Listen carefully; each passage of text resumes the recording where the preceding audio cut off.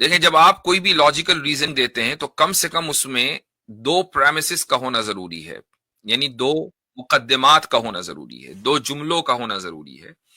اور اگر یہ دو جملے صحیح ہیں تو جو ریزلٹ ہے وہ 100% ایکوریٹ آئے گا۔ اس کو بولا جاتا ہے ڈیڈکشن۔ پہلے مقدمے میں لفظ انسان، زید انسان ہے، اور دوسرے مقدمے میں بھی لفظ انسان، اکثر انسان خود غرض ہوتے ہیں، تو یہ جو انسان ہے اس کو ڈراپ کر دیجئے۔ اب آپ کے پاس کیا بچا؟ زید اور خود غرض۔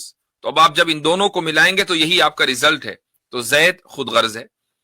یہ جو ریزلٹ ہے یہ صحیح نہیں ہے، کیونکہ یہ بھی تو ممکن ہے کہ زید خود غرض نہ ہو، تو پھر یہ جو ریزلٹ نکلا ہے یہ غلط کیوں نکلا، جبکہ جو دونوں مقدمات ہیں، جو دونوں پریمیسز ہیں وہ بالکل صحیح ہیں۔ اس کی وجہ یہ ہے کہ آپ نے ریزننگ کے جو اصول ہیں ان کو صحیح طریقے سے فالو نہیں کیا۔ السلام علیکم ورحمۃ اللہ وبرکاتہ۔ بسم اللہ الرحمن الرحیم، الحمد للہ رب العالمین، والصلاة والسلام على سید الانبیاء والمرسلین وعلى آلہ وصحبہ اجمعین، اما بعد۔ 125ویں سٹریم میں آپ سبھی حضرات کا استقبال ہے، اور آپ حضرات کی دعاؤں سے یہ سفر الحمدللہ بخوبی اور کامیابی کے ساتھ جاری و ساری ہے، اور اب یہ لگنے لگا ہے کہ بہت بڑی تعداد میں جو اسلامو فوبز اور ایتھیسٹ وغیرہ اپنی سٹریمیں کیا کرتے تھے اور یہ سوچتے تھے کہ ہم کوئی نیا اعتراض لے کر آئے ہیں، تو الحمدللہ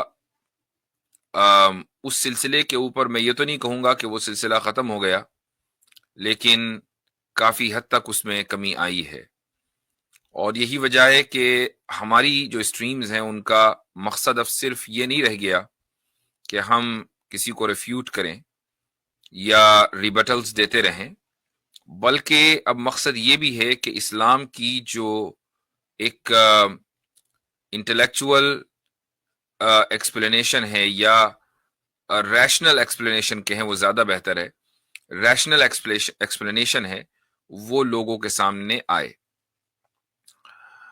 میں اکثر یہ بات کہتا ہوں اور دوبارہ اس کو کہنا چاہوں گا کہ اسلام میں کوئی حکم اور اسلام کا کوئی عقیدہ ایسا نہیں ہے کہ جو صحیح عقل کے خلاف ہو، صحیح عقل کے خلاف ہو۔ اس کا مطلب یہ ہے کہ یہ تو ہو سکتا ہے کہ کوئی شخص ریزننگ کو صحیح طریقے سے استعمال نہ کر رہا ہو اور اس کی وجہ سے وہ اسلام کے کسی حکم کو سمجھ نہ پا رہا ہو، تو یہ اس کی عقل کی کمی ہے۔ لیکن یہ نہیں ہو سکتا کہ ایک آدمی عقل کو صحیح طریقے سے، جو اس کے اصول ہیں، فلسفی کے یا لاجک کے اصول ہیں، ان کو وہ صحیح طریقے سے استعمال کرے، اور اس کے بعد پھر اسلام کے کسی حکم میں یا کسی عقیدے میں وہ کوئی عیب، ڈیفیکٹ یا نقص نکالے، کوئی کمی نکالے۔ اس کو ایک مثال سے میں سمجھانا چاہوں گا کہ ریزننگ کیسے غلطی کرتی ہے۔ اور اگر آپ لاجک جانتے ہیں، اور لاجک کا نہ صرف یہ کہ جانتے ہیں بلکہ صحیح طریقے سے اس کو اپلائی بھی کرتے ہیں، تو آپ کی ریزننگ صحیح ہوگی۔ اور اگر آپ لاجک نہیں جانتے ہیں اور اس کے بغیر آپ ریزننگ کرتے ہیں، تو ہو سکتا ہے کہ آپ غلطی کا ارتکاب کر بیٹھیں اور آپ کا جو ریزلٹ ہو وہ صحیح نہ ہو۔ اس کو ایک مثال سے سمجھیے۔ دیکھیں، جب آپ کوئی بھی لاجیکل ریزننگ دیتے ہیں تو کم سے کم اس میں دو پریمیسز کا ہونا ضروری ہے، یعنی دو مقدمات کا ہونا ضروری ہے، دو جملوں کا ہونا ضروری ہے۔ اور اگر یہ دو جملے صحیح ہیں تو جو ریزلٹ ہے وہ 100% ایکوریٹ آئے گا۔ اس کو بولا جاتا ہے ڈیڈکشن۔ اور اگر وہ دو جملے صحیح نہیں ہیں، یا ان میں سے کوئی ایک جملہ صحیح ہے دوسرا غلط ہے، تو ڈیڈکشن کا جو ریزلٹ ہے وہ ہمیشہ غلط آئے گا۔ اس کو ایک مثال سے سمجھے۔ مثال یہ ہے کہ ایک شخص ہے جس کا نام مثلا زید ہے۔ ہم اس کے بارے میں یہ کہیں کہ زید ایک انسان ہے، اور یہ پہلا مقدمہ یا پہلا پریمس ہے، اور اس میں کسی کا اختلاف نہیں ہے. یعنی اس کا تعلق مذہب سے نہیں ہے کہ زید کو مثلا کرسچنز انسان نہ مانتے ہوں، یا ہندو انسان نہ مانتے ہوں، یا مسلمان انسان نہ مانتے ہوں. نہیں، ساری دنیا ڈزنٹ میٹر کہ ان کا ریلیجن کیا ہے، وہ زید کو انسان مانیں گے. اس میں کسی کا کوئی اختلاف نہیں ہے. یہ ایک ایگریڈ اپون پریمس، یعنی ایک متفق علیہ قضیہ، یہ متفق علیہ مقدمہ ہے، اور بالکل صحیح ہے، اس میں کوئی شک نہیں ہے. دوسرا مقدمہ یہ ہے، اور یہ بھی بالکل صحیح ہے، کہ بہت سے یا اکثر انسان خود غرض ہوتے ہیں. آپ اپنے ارد گرد کے ماحول پر نظر ڈالیں، اپنے دوستوں کو، اپنے رشتہ داروں کو دیکھیں، اور خود اپنا جائزہ لیں کہ کیا خود غرضی ہے یا نہیں. اکثر انسان خود غرض ہوتے ہیں. ایسے لوگوں کی بہت زیادہ کمی ہے کہ جن میں بالکل بھی خود غرضی نہ ہو، اور جو اپنے آپ کو کبھی بھی پرائیورٹائز نہ کرتے ہوں، اور ہمیشہ دوسروں کے انٹرسٹ کا خیال رکھتے ہوں، دوسروں کی خوشی کا خیال رکھتے ہوں، اور اپنے آپ کو پیچھے کر لیتے ہوں. ایسے لوگوں کی تعداد دنیا میں بہت کم ہے، بہت ہی کم ہے. یعنی اگر آپ یہ کہیں کہ 1% ایسے لوگ ہوتے ہیں، تو شاید یہ بھی بہت بڑا نمبر ہوگا پوری دنیا کی پاپولیشن پر اگر تقسیم کیا جائے تو 1% بھی نہیں ہے. اکثر انسان خود غرض ہوتے ہیں. تو یہ جو دو میں نے آپ کو جملے، یا ان کو لاجک کی زبان میں انگریزی میں پریمسز اور اردو اور عربی میں مقدمہ کہتے ہیں، تو یہ جو دو مقدمات میں نے آپ کو دیے ہیں، یہ دونوں بالکل 100% ایکوریٹ ہیں. زید انسان ہے، اور دوسری بات کہ اکثر انسان خود غرض ہوتے ہیں. تو اب آپ کا نتیجہ کیا نکلے گا؟ نتیجہ آٹومیٹکلی یہ نکلنا چاہیے کہ زید پھر خود غرض ہے.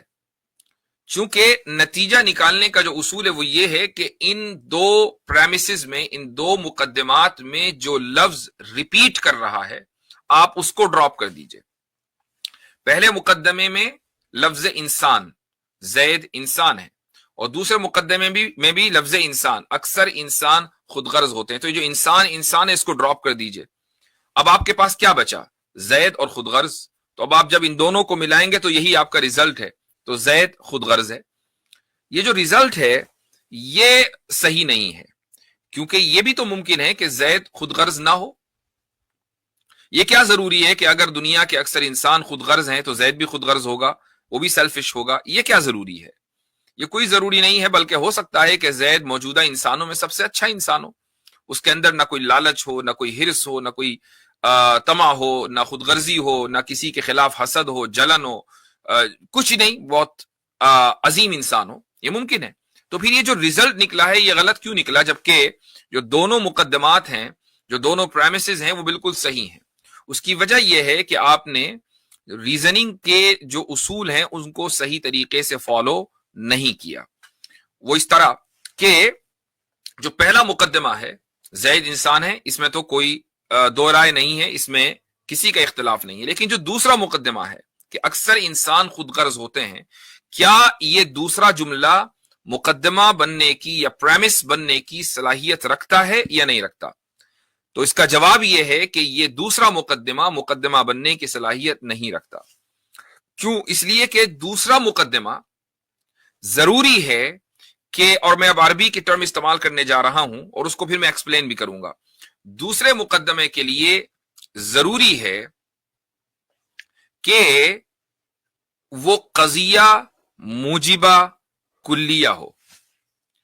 یہ موجبہ کلیہ کیا ہوتا ہے؟ موجبہ کا مطلب ہے افرمیٹو، اور کلیہ کا مطلب ہے یونیورسل.